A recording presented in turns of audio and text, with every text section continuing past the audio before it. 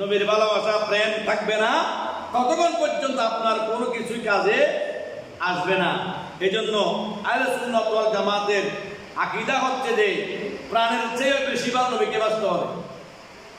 আল্লাহকে তো ভালোবাসেন, আছেন আল্লাহর স্থানে তো কেউ নাই আল্লাহ ছাড়া, কিন্তু আল্লাহর পরে সৃষ্টি জগতের যিনি রূহ, যিনি সৃষ্টি জগতের মূল, সেই দয়াল নবীকে প্রাণের চাইতে বেশি ভালোবাসতে পারবে। এই জন্য শায়ের বলছেন, আমার দেহটারে জ্বালাই মারে ছোট্ট একটা মন, সেটা নবী নবী নবী নবী করে সারা কন মন, নবী নবী নবী নবী করে সারা কন। বলছে আমার দেহের ভিতরে একটা ছোট্ট মন আছে, সারাক্ষণ আমাকে জ্বালা যন্ত্রণা করে, শুধু নবী নবী বলে বলেন সুবহানাল্লাহ। সত্যিকারের প্রেমিকগণ হয় না নিরাশা, একবার হলো পাবো দেখা আছে সে ভরসা, মোরা হদমের সেই ভরসা তাকিবে আজীবন, সেটা নবী নবী নবী নবী করে সারা কোন সালা দুনিয়া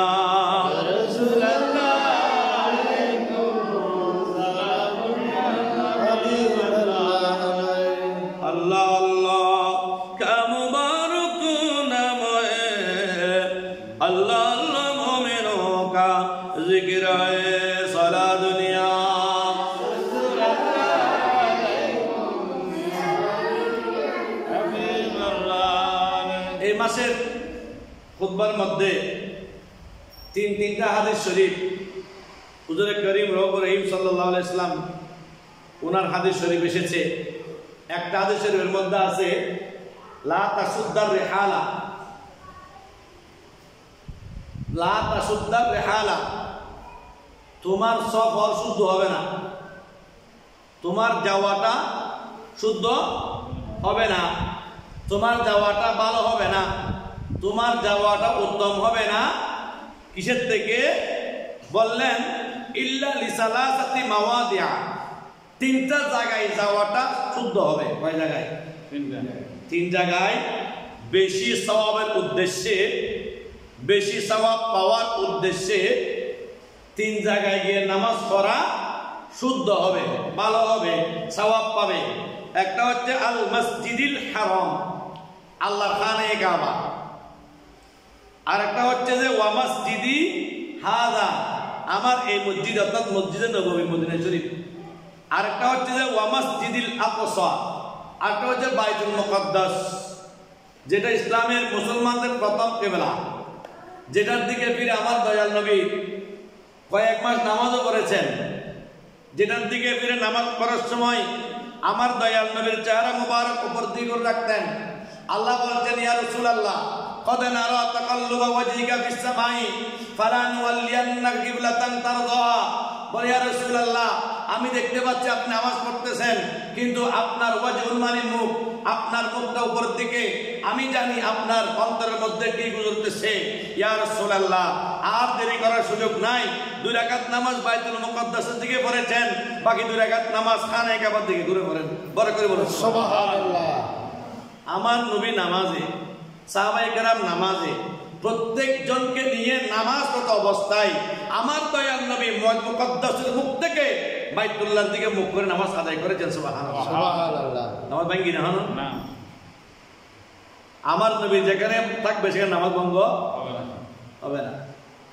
এই জন্য বলতেন মসজিদুল আকসায় কেউ যদি 1 রাকাত নামাজ পড়ে 25,000 রাকাত নামাজের সওয়াব।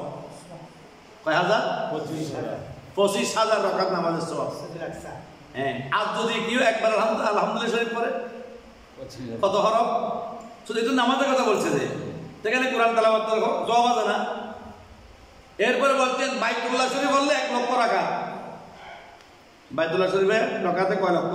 1 লক্ষ রাকাত। 2 রাকাত করলে 2 লক্ষ, একটা কোরআন খতম করলে 1 লক্ষ খতম সওয়াব পাবে। সুবহানাল্লাহ সুবহানাল্লাহ। খালিরা আনে কাবা বলে মসজিদ নববীর মধ্যে, বলে মসজিদ নববীর মধ্যে 1 রাকাত নামাজ পড়লে 50,000 রাকাত নামাজের সব আল্লাহ দিয়ে দিবেন। সুবহানাল্লাহ সুবহানাল্লাহ। কয় হাজার? 50,000।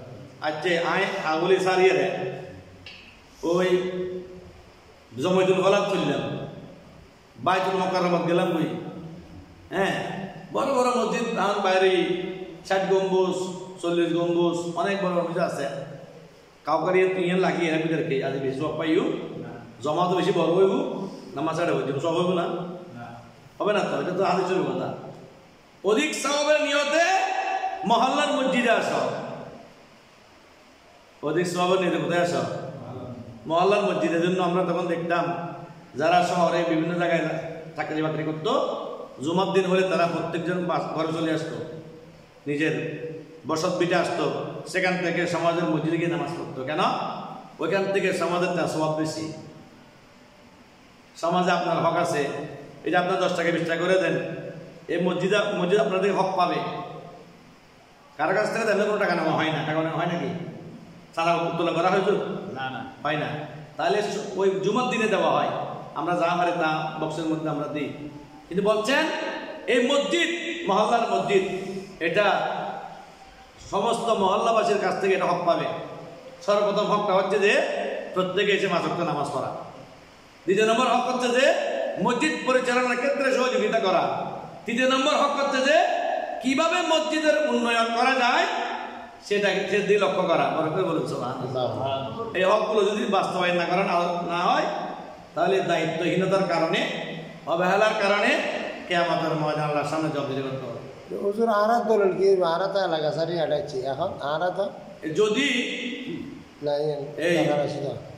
যদি আকীদাগত প্রবলেম থাকে, যার ভিতরে নবীর ভালোবাসা নাই, যে বলতে পারে নবী আমার মতো নাউজুবিল্লাহ, যে বলতে পারে নবী ইসবাব ছিলেন না নাউজুবিল্লাহ, যে বলতে পারে নবীকে দাঁড়িয়ে আলাইহিস সালাম বলা যাবে না নাউজুবিল্লাহ, এই সমস্ত নামাজ তো হবেই না। যারা করে তারা নামাজ পড়বে। কারণ আকীদাগত দিক থেকে প্রথমে ঈমান আনতে হবে কার উপর? আল্লাহর উপর। দ্বিতীয়ত ঈমান আনতে হবে ওই কিতাব সমূহের উপর আছে, রাসূলদের উপর আছে, আসমানি কিতাব আছে, তাকদীরে ভালোমন্দ আছে, কিয়ামতের বিশ্বাসের উপর ঈমান আনতে হবে। কিন্তু সবচাইতে এই একটা জিনিস, একটা বস্তু গুরুত্বপূর্ণ, সেটা হচ্ছে রাসূলদের প্রতি ঈমান আনা। রাসূলদের প্রতি আমরা ঈমান এনেছি কার প্রতি? যিনি রাসূলদের রাসূল, যিনি সৈয়দুল মুরসালিন, যে নবী সম্পর্কে আমাদের কোনো কি নাই, দ্বিমত নাই।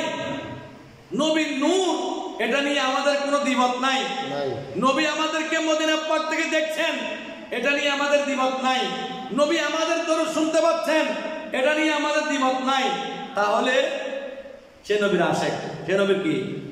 আর যার ভিতরে নবীর প্রতি আক্রোশ থাকবে, হ্যাঁ, এই অনেক কিছু তো বলে, আপনারা শুনেন, এই সমস্ত কথাবার্তা বলবে, তাদের পিছনে নামাজ দেওয়া হবে না। নামাজ পড়বেন কিভাবে? এজন্য হুজুর কেবলা আলম বলেছেন বাতিল সে বাঁচো, বাতিল সে বাঁচো। বাতিলরে মাইবো বেরো দিবেন, বাতিলতুন মাইবানো আনিবেন। বাতিলতুন মাইবো আনিলে ফুয়া ধ্বংস করিব। নিজের ফ্যামিলি আগে না জামারি কি করিব, আগে পেশায় ফেলাইব। আর নিজের মাইবা বাতিল হাতে বিয়ে দিলে মা বাবার পাতে মধ্যে আসতো না। ওদিন বাদে তোর যখন বিজ্ঞান আইতো, অসংখ্য মানুষ আমরা দেখতে পাচ্ছি, লক্ষ লক্ষ টাকা দিয়ে গেছে মা বাবা, বিল্ডিং করে দিয়ে গেছে মা বাবা, দুনিয়ার থেকে চলে গেছে। যেদিন 40 দিন হয়েছে, ইমাম সাহেব যখন বলল, কিরে আপনারা মাথা মারা গেছে আজকে 40 দিন, আপনারা কোনো আয়োজন করলেন না কেন? বলে এগুলো সব বেদা। নাউজুবিল্লাহ। দেখেন লক্ষ লক্ষ টাকা পয়সা দিয়ে গেছে ছেলেরা, মা বাবা 10 টাকা খরচ করতে রাজি নাই। তাহলে মেয়ে যদি বিয়ে দেন ওইরকম করে, ওই ওর বাড়ি কোনো দিন বেদা আনা যায়, মানে শিখে ফেলাই তো, মানে জামাই যা এ তুলাইন দিবে, জামাইরে শিখে দে, ওর মাঝে বুয়ার শিখে দে, তোমার বাবাজি করিম বেদাত, তোমার মাঝি করিম বেদাত, এল্লি গরম করবো, দিল্লি গরম, দিল্লি গরম করবো, এইভাবে করে কি করে ফেসকান বাধা দেয়। এজন্য বলছে বাতিল সে বাঁচো। কিরকম বাঁচবেন? যে বাতিলের কাছে নামাজ, বাতিলের কাছে খাওয়া, বাতিলের সাথে উঠা বসা, বাতিলের সাথে কোনো সম্পর্ক, এগুলো রাখার কোনো প্রয়োজন নাই। হ্যাঁ, সমাজের মধ্যে আছে আপনার সাথে উঠা বসা আসতেছে, কিন্তু সেটা হবে তার সাথে আলাদা ব্যাপার। কিন্তু আকীদাকে কত দিক থেকে কোনো প্রকারের কি করা যাবে না, তাদের কথা পূরণ করা, আবদার পূরণ করা যাবে না। ওই আমি এক জায়গায় মিলাদ করতেছি, মা মারা গেছে লোকটা, তো আমাকে ইশারা করতেছে, আমি তো বুঝছি এ বলতেছে যে মতিয়ে মিলাদ মানে কি আমরা বুঝছো না, তো নাই মিলাদ শেষ করে কি আমার আরম্ভ করে দিই সুবহানাল্লাহ। আমি পর্যলে বড় হইব, জীবন অন করে বড় হইব, তে উজু তেইও আলেন, সে বলতেছে যে হ্যাঁ নতি বোঝে কি নতি মানে। আমি যখন দাঁড়াইলাম অনেক গরিব বসে করে উঠে দাঁড়াইছে, তো ইয়া নবী সালাম আলাইকা কেউ বলতেছে, আবার দাঁড়িয়ে বলতেছে, তো মিলাদের উপর আর কোনো প্রকারের কোনো মন্তব্য করে নাই, কিছু করে নাই। আমি আমার পার্শ্ববর্তী যে আমাকে নিয়ে গেছে মিলাদ করার জন্য, হুজুরকে বললাম যে দেখছেন মিলাদ না দাঁড়িয়ে ক্যাম্প না করার জন্য আমাকে ইশারা করতেছে, কি বলেন? হ্যাঁ আমি দেখছি না, এই জন্য তো মিলাদ ক্যাম্প করে বলছে একবারে ঝগড়া বাজলে পরে বাজবে, সেটা নিয়ে আমরা সমাধান করবো।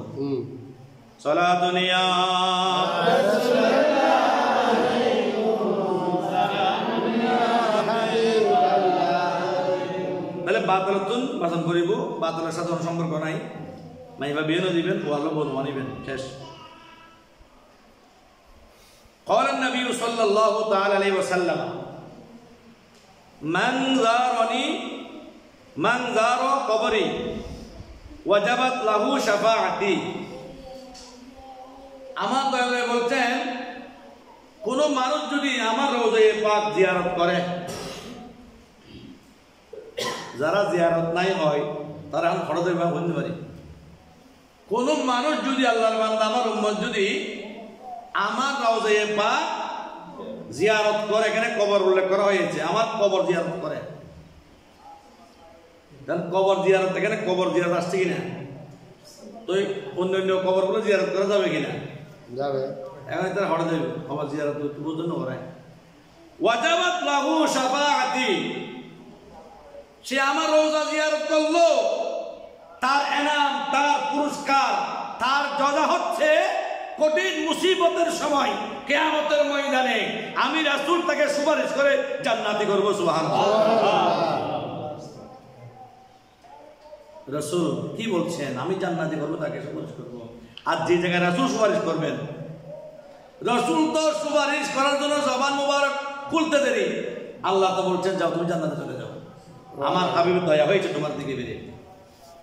এরপরে বলছেন ওয়াকালা সাল্লাল্লাহু তাআলা আলাইহি সাল্লামা মান জারানি বাদা ওয়াফাতি ফাকান্নামা জারানি ফি হায়াতি। রাসূল বলছেন, আমি ইন্তেকালের পরে, জমিন থেকে তাশরিফ নেওয়ার পরে কোনো ব্যক্তি যদি আমি রাসূলের রওজায়ে পাক জিয়ারত করতে যাই, আমার সাক্ষাতে, জিয়ারত মানে সাক্ষাৎ করা, জিয়ারত মানে কি? আমরা অনেক সময় বলি ও আমরা জিয়ারত এসে কানা করি, সাহেবুল্লাহ চিদি, কথা বলুল্লাহ চিদি, এভাবে বলি। রাসূল বলছেন, কোনো ব্যক্তি যদি আমি রাসূলের জিয়ারতে আসে, আমার সাক্ষাতে আসে, তাই জেনে রাখো ওই ব্যক্তির সাথে আমি রাসূলের সাক্ষাৎ এমন ভাবে হয়েছে, দুনিয়ায় বেঁচে থাকার সময়, দুনিয়ার হায়াতের সময় যেরকম সে আমার সাথে সাক্ষাৎ করেছে, আমি ইন্তেকালের পরে যদি কেউ সাক্ষাৎ করার জন্য আসে, তার সাথে আমার সাক্ষাৎ হবে দুনিয়ার সাক্ষাতের মতো। সুবহানাল্লাহ। তো রাসূলের জিয়ারতটা তো আছে না নাই? আছে, আছে। রাসূলের সাক্ষাৎ, হ্যাঁ, যেমন আমি মক্কা যেতে পারলাম না, নবীর রওজা জিয়ারত করতে পারলাম না, আমি এখানে বসে জিয়ারত করতে অবশ্যই হবে। ওই হাদিসে তো বলছি, আমি এটা বলতেছি। আল্লাহর হাবিব বলছেন, জাওয়াহিরুল আফহাম কিতাবের নাম, এই কিতাবটা লিখেছেন কওমি আলেমরা, জাওয়াহিরুল আফহাম। ওই কিতাবে রাসূল বলছেন, কোন উম্মত যদি আমি রাসূলের উপর দরুদ পড়ে, আমি রাসূলের উপর জিয়ারতের হাদিয়া পাঠাই, ওই উম্মতের দরুদ, ওই উম্মতের জিয়ারত আমি রাসূল নিজ কানে শুনতেও পাই, তাকে দেখতেও পাই। সুবহানাল্লাহ। অপর হাদিসে আছে, তোমার জিয়ারত, তোমার দরুদ সালাম ফেরেশতা আমার নিকট নিয়ে আসে, এসে বলে, ইয়া রাসূলুল্লাহ, কাউকালীর দানার বিলের মসজিদে অমুক অমুক অমুক অমুক নাম বলবে, নাম তো লিস্ট হবে, নাম বলবে, এই সমস্ত উম্মতেরা আপনি রাসূলের উপর দরুদ পড়েছেন, রাসূল বলবেন আমি তাদেরকে কবুল করে নিলাম। সুবহানাল্লাহ। এখন যদি বলে আজাদ ভাইয়ের কথা বলে, আজাদ আপনার উপর দরদ করেছেন, ফরিদ আহমদ সাহেব আপনার উপর দরদ করেছেন,